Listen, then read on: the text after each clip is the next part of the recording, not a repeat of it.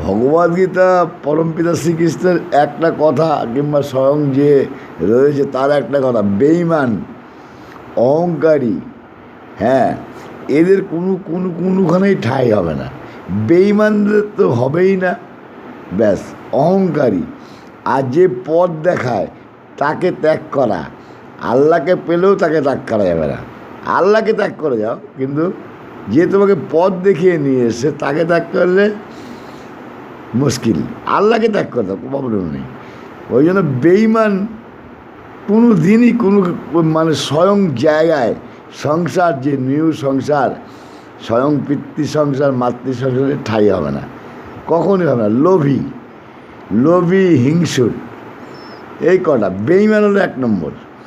লোভী, হিংসুট, এদের কোনো দিনের ঠাঁই হবে না ওখানে, কোনো দিন না, যত বড় সে মারার হোক খানে না।